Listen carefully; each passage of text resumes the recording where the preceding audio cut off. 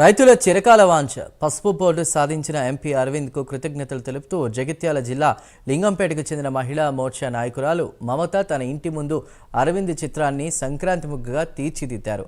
పండగ పూట పవిత్రమైన పసుపు బోర్డు ఇచ్చిన ప్రధాని మోదీకి పసుపు బోర్డు సాధించిన అరవింద్కు కృతజ్ఞతలు తెలిపారు.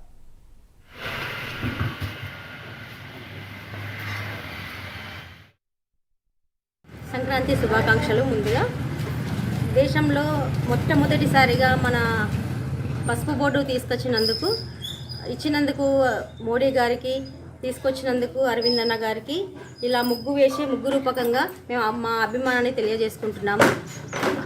ఇందుకు పసుపు బోర్డు తీసుకొచ్చినందుకు గాను ధన్యవాదాలు తెలియజేసుకుంటున్నాము. అరవింద్ అన్న గారికి కృతజ్ఞతలు.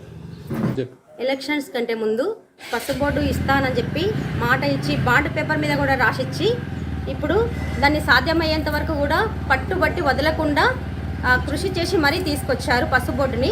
మన నిజామాబాద్కి తీసుకొచ్చినందుకు గాను మన నిజామాబాద్ పార్లమెంటు సభ్యులందరికీ చాలా సంతోషంగా ఉంది.